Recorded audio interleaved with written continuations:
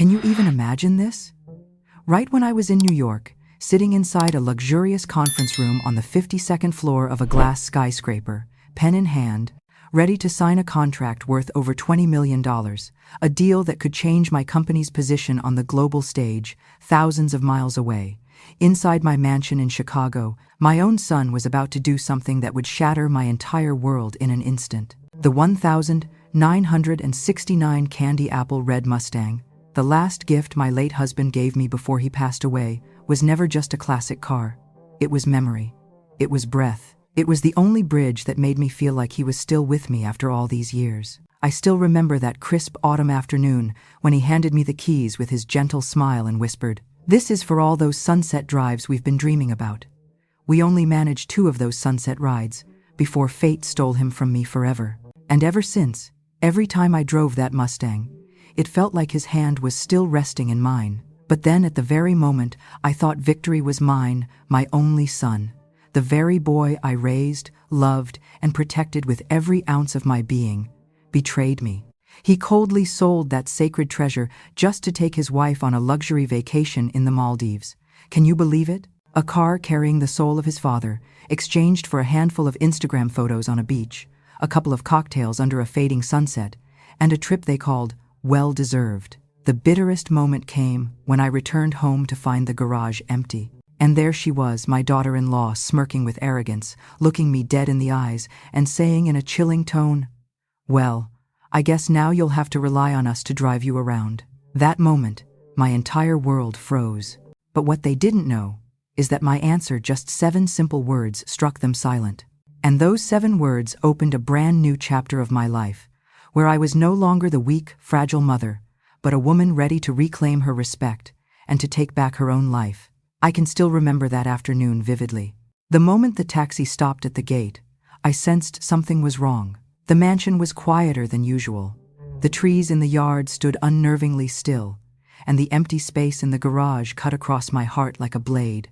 The Mustang was gone. I tried to calm myself, telling my mind that maybe Jacob, my son, had taken it in for maintenance, or perhaps he had parked it in the back garage.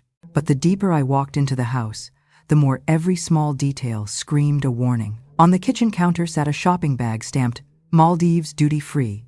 A pair of expensive sunglasses lay carelessly tossed aside. Laughter drifted in from the pool outside.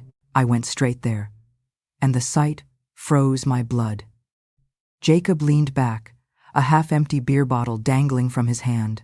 Madison, my daughter-in-law, who in 3 years had never once called me Mom, was stretched out on a lounge chair, her bronzed skin glistening in the sunday. When she noticed me, Jacob jerked upright, while Madison simply lifted her sunglasses and smirked. "Mom, you're home early," Jacob stammered.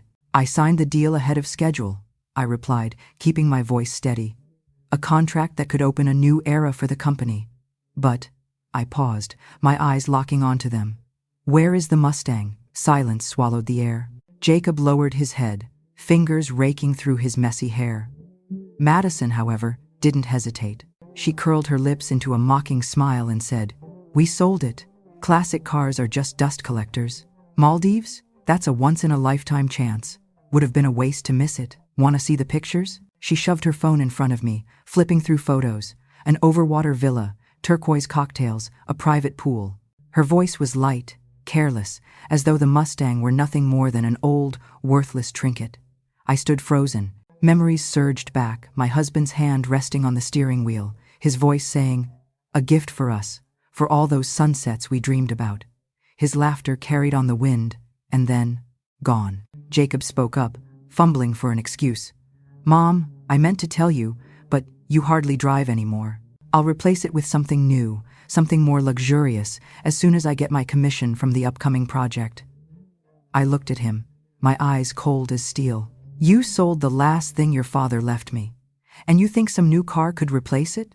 Madison scoffed. "Oh, come on. You're overreacting. It's just a car. You've got more money than you know what to do with. People say you're so rich, you could buy a whole fleet. So why cling to one?" In that moment, I couldn't hear the wind, the water, or even my own heartbeat. Just dead silence. And then I smiled, a smile neither Jacob nor Madison had ever seen before. My voice was calm, yet it struck like a hammer. Actually, I won't need either of you to drive me anywhere. I bought a mansion in Manhattan, not a car. The air shattered. Jacob's eyes widened in disbelief. Madison froze, her smug grin vanishing. I walked straight past them, into the house, without a single glance back. For the first time in years, I felt truly in control. What I didn't realize then was that those words would unleash a storm far greater than anything I had ever imagined. A storm that would tear through my family and sweep away everything I once thought unshakable. That night, after I moved into the penthouse in Manhattan, the city lights spilled across the ceiling like streaks from another world. I sat alone at the walnut table, a glass of wine swirling in my hand, and Madison's mocking words echoed in my head, calling the Mustang a meaningless car. Deep down, I knew this war was only just beginning. 2 days later, Jacob showed up. He stood in the lobby of the building, trying to look remorseful. "Mom, I'm sorry. I know I was wrong. But please, try to understand. I just wanted to take care of Madison, to make her happy." I looked at him quietly before answering. "Jacob, you didn't just sell a car, you sold the last piece of trust I had left in you. From this moment on, everything changes. No more privileges, no more exceptions, because you're my son. You will be held accountable for your choices." Jacob's face tightened, anger flickering in his eyes. "What are you planning to do? Kick me out of the company? I've been there from the very beginning." I stayed calm. "You were given a management position only because I wanted to give you a chance. But you turned that chance into exploitation. From today, all of your system access is suspended until the board reviews your conduct." That very evening, IT notified me that Jacob had tried to log into the company's internal system illegally, attempting to download sensitive financial data. Luckily, we caught it in time. But it was enough for me to realize the storm had already begun. The next day, an email landed in my inbox from a reporter at the Wall Street Journal. "We've heard rumors that family conflicts are impacting executive decisions at Hayes Capital. Could you provide a comment?" I froze, reading the line again and again. Jacob wasn't just tearing apart our family, he was threatening to drag the company's reputation into the mud. I called an old friend, Dr. Elaine Carter. She listened carefully, her voice steady yet firm. "Victoria, all these years you've confused love with indulgence. You let Jacob believe that carrying the Hayes name gave him the right to everything. Now is the time to draw the line, not just for you, but for the company's future." Her words cut deep, like a mirror reflecting the truth. I had let guilt over my husband's death make me weak. I thought giving Jacob everything was compensation, but in reality, I was destroying him and myself. The next morning, I signed the order. Jacob was officially suspended from his managerial role. Almost immediately, Madison called me, her voice sharp with rage. "You can't do this. Jacob is your son. He's the rightful heir." I answered coldly. "An heir is not exempt from responsibility. This is a company, not a playground." The call ended in heavy silence, and I knew they wouldn't sit quietly. They would fight back, exploit every weakness, every loophole. But this time, I was ready. What I didn't realize, however, was that the days ahead would spiral far beyond my imagination. Jacob wouldn't just resist. He would turn to schemes so ruthless I'd be forced to face a brutal truth, that sometimes the enemy wears the most familiar face of all. Just a week after suspending Jacob, I started noticing strange irregularities in the company's financial reports. Large expenditures appeared under the label strategic investments. But when I traced them, they led to offshore accounts in the Cayman Islands. And the most shocking part? The final approval in the system carried one name: Jacob. I froze. Those cold, lifeless numbers cut into me like knives. I had tried so hard to believe my son was simply irresponsible, easily swayed by Madison, not someone deliberately deceiving me. But numbers don't lie. Jacob signed. Jacob transferred the money. I immediately brought in my personal attorney and the internal audit team. 3 days of investigation revealed the full picture. Jacob had secretly set up shell companies, forged documents, and siphoned nearly $5 million from the firm's cash flow. Worse, he had even faked my signature on a power of attorney, attempting to sell the Florida estate my husband left behind. When the evidence was laid out on the table, I sat silent in the boardroom. My hands trembled, but my voice was steady. "We're taking this to the police." The lawyer leaned forward. Are you certain? Once we do this, it won't stay a family matter. It'll be in court. In the papers, the public will know everything. I drew in a long breath. For a moment, my husband's face flashed before me, his gentle smile, his trusting eyes. And I knew, if he were alive, he'd want me to choose truth over lies. I nodded. Do it. The day Jacob was arrested, Chicago's sky poured down in gray sheets of rain. At 6 a.m., the police knocked on his apartment door. Madison screamed in panic. Jacob tried to look composed, but his eyes betrayed him. When the cold handcuffs locked around his wrists, he turned toward me, his voice breaking. "Mom, how could you do this to me?" I met his gaze, my words slow but unyielding. "I didn't do this to you. You did this to yourself." The news spread like wildfire. Headlines everywhere read, "Son of Hayes Capital CEO arrested for fraud and embezzlement." The company phones rang endlessly. Shareholders panicked. Acquaintances whispered behind my back, calling me ruthless for turning on my own blood. But I knew the truth. If I had covered for him, I would have lost everything. My honor, my company, and even myself. A few days later, Madison came to see me, her face gaunt, her eyes hollow. She confessed it had been her pushing Jacob, telling him he needed to prove himself, to build an empire outside my shadow. But now that everything had collapsed, she was desperate, telling me she was truly pregnant and begging me to think of the baby. Her words pierced me like a blade. I looked into her desperate eyes and answered, "I will never let my grandchild suffer, but protecting the child doesn't mean excusing the sins of its father." That night, I sat alone on the balcony of my Manhattan penthouse. The New York skyline glittered in the distance. Inside me, there was pain, there was loss, but also a strange calm I hadn't felt in years. Because I had chosen justice, I had chosen truth, and for the first time in so long, I was no longer chained by guilt or by weakness. I knew the war wasn't over, but this time I had finally reclaimed myself. After Jacob's arrest, I thought peace would finally return, but what followed was far heavier. Every time I stepped out of my Manhattan penthouse, I felt the stares, heard the whispers. On the front pages, the story wasn't just a financial scandal anymore, it was painted as a family tragedy. Some pitied me, others condemned me, saying I was cruel, that I had fed my own blood to justice. I told myself I was strong enough to withstand public opinion, but when night fell, in the silence of my room, my heart still ached. No matter what, Jacob was still my son, the little boy who once ran barefoot through the garden, the child who once held my hand on the way to school. And now, he sat in a cold cell, facing a sentence that could steal his entire youth. Madison started coming to me more often. Gone was her arrogance. She appeared with dark circles under her eyes, her face drawn and pale. "Victoria," she said, her voice trembling, "I can't take it anymore. Jacob's changed. In prison, he blames everything on me, says I ruined him. But I really am pregnant. I don't know how to protect my child." For the first time, I saw no arrogance in her eyes, only genuine fear. A part of me wanted to push her away, to say, "Face the consequences yourself."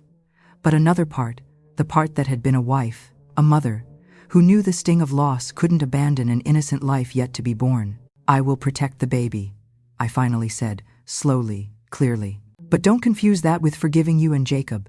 From now on, everything must be transparent. If you truly want to start over, prove it with actions, not words." Madison nodded, her eyes glistening. I couldn't tell how much truth lay in her promise, but for the first time I saw a crack in the mask she had worn for so long. Meanwhile, storms still raged at the company. Some partners grew skeptical, demanding answers. The board of directors pressed me for a crisis strategy to protect our reputation. I was forced to step into the spotlight, to tell my story in front of hundreds of cameras. Standing at the podium, the lights blazing in my face, I said, "Some will say I was cold, handing my son over to the law, but remember this, no one stands above the truth. And it is precisely because I love my son that I refuse to let him live in lies. I chose justice not to destroy my family, but to preserve the values that make us worthy of calling ourselves one." The speech spread quickly beyond Wall Street, beyond finance. Some still opposed me, but countless others supported me, especially those who had been betrayed by their own blood. I received hundreds of emails, messages, stories from strangers who told me my decision gave them strength. Yet deep down, I knew this was only the beginning. Jacob had not accepted his guilt, nor let go of his resentment. Madison remained an enigma, and the baby not yet born, was already bound to the storm between its parents and me. That night, gazing out at the Manhattan skyline, I whispered to myself, "The storm isn't over. This is only the beginning." I thought that once the prison door closed behind Jacob, everything would settle down. But I was wrong. My son refused to stay silent. Even behind bars, he still found ways to make me pay. One morning, as I was preparing for a crucial board meeting, my assistant handed me the newspaper. The front page headline screamed, "CEO Victoria Hayes, a ruthless mother or a master manipulator." Beneath it, a photo of me leaving the courthouse, eyes cold, side by side with Jacob, in an orange jumpsuit, his face gaunt, eyes red from tears. The article was filled with accusations that I had exploited the company, pushed my son out front to take the fall for my own corruption, that I had never been a real mother, only a wolf in a business suit. I knew instantly Jacob was the source. Only he could feed them those private childhood stories, twisted into damning evidence against me. The company phones exploded. Shareholders demanded answers. Partners canceled meetings. Within hours, the reputation I had built over decades was dragged through the mud. I sat in my office, staring out at the rain-drenched city, my heart torn between grief and bitterness. I had given Jacob everything: love, opportunities, forgiveness, more times than I could count. And now, he repaid me by painting me as the villain. But I refused to break. I called Elaine, my trusted advisor. After listening, she spoke plainly. "Victoria, you must confront this head-on. Stay silent, and the public will devour you. Stand tall, tell your story with the truth, and no one can take that away." That afternoon, I called an emergency press conference. Flashbulbs exploded. Dozens of microphones pointed at me. My heart pounded, but my voice came out steady and clear. Jacob is my son. I love him. And it was because of that love that I turned a blind eye, again and again. But when the truth is betrayed, when the values of family are trampled on, I had no choice. I chose truth. I chose responsibility. I did not do it to destroy my son, but to give him the one thing that might still save him: facing the consequences. A murmur rippled through the room. A reporter pressed forward. "Do you deny the accusation that you were the one hiding offshore funds?" I locked eyes with him, my voice firm as steel. "I do not deny that Jacob exploited my trust to conceal his actions. But I swear before all of you I have never and will never betray this company or the values my husband and I built together." That day, I couldn't tell if I had won or lost in the court of public opinion. But I knew I had done what was right. No hiding, no excuses, only the truth. That night, back at the penthouse, I sat alone in the dark. Madison knocked softly, her eyes clouded with worry. "Victoria," she whispered, "Jacob won't stop. He swore he'd destroy you, even from inside prison. But I don't want my child born into this hatred. Please, give me a chance to prove I'm not like him." I studied her for a long time. Outside, the sound of car horns drifted in urgent, distant. Deep down, I knew the war was far from over, and perhaps the greatest battle still lay ahead. Not just fighting against my son, but protecting my unborn grandchild from the cycle of vengeance tearing this family apart. In the weeks that followed, I realized Madison had truly changed. She cut ties with Jacob, began attending therapy sessions Elaine recommended, and even came to the company asking for an entry-level job as a project assistant, starting from zero. I didn't trust easily, but I watched her closely, and what I saw was genuine effort. Every day, Madison spoke softly to the baby in her womb, promising that this child would grow up in a better world. Meanwhile, Jacob, still behind bars, kept reaching for allies. He sent letters to conservative shareholders, painting me as cold, greedy, a mother who set her own son up to fall. But this time, the tide had shifted. After my public statement, people saw the truth. I wasn't a ruthless mother. I was a woman who had to be strong to protect the last value left in her family. On the day of the trial, I sat in the front row, facing Jacob. His eyes were filled with hatred, but beneath it, desperation. When the judge read the sentence, 10 years in prison for fraud and forgery, my heart ached, but I didn't tremble. I knew this verdict wasn't just for Jacob. It was for me too, for the mother who had once been too weak. Outside the courthouse, the sun was warm, the breeze gentle. Madison walked beside me, her hand resting on her pregnant belly. She whispered, "Thank you for not abandoning this child." I nodded, and for the first time I felt a flicker of hope. Maybe, through this baby, something new could begin. That night, in my Manhattan penthouse, I sat staring at the endless city lights. I thought of the Mustang I lost, the husband I buried, the son now serving his sentence, and the grandchild still waiting to be born. And I understood. Sometimes, loss is necessary because it's the only way to find yourself again. And sometimes, true love isn't endless protection, but the strength to let those you love face the consequences. I raised my glass of wine and whispered, "I lost a car, but I found the truth. I lost the image of the gentle mother, but I became a strong woman. I lost blind faith, but I gained real freedom. I knew the road ahead would not be easy, but I was ready. No more fear, no more hiding. I chose truth. I chose justice. And above all, I chose myself. And if you're listening to my story, remember this. Setting boundaries isn't cruelty. Sometimes, it's the only way to hold on to your dignity and your worth. Love isn't always sweet. Sometimes, it must be hard, so it doesn't become a chain. And if you've lived through something like me, betrayal, and the choice between silence and truth, share your story in the comments. I want to hear it. And I believe others will find strength in your words too. Don't forget to hit subscribe and join me in the next chapters, stories of trust, betrayal, and the long road to reclaiming ourselves. Because one day, your story might be the light someone else needs.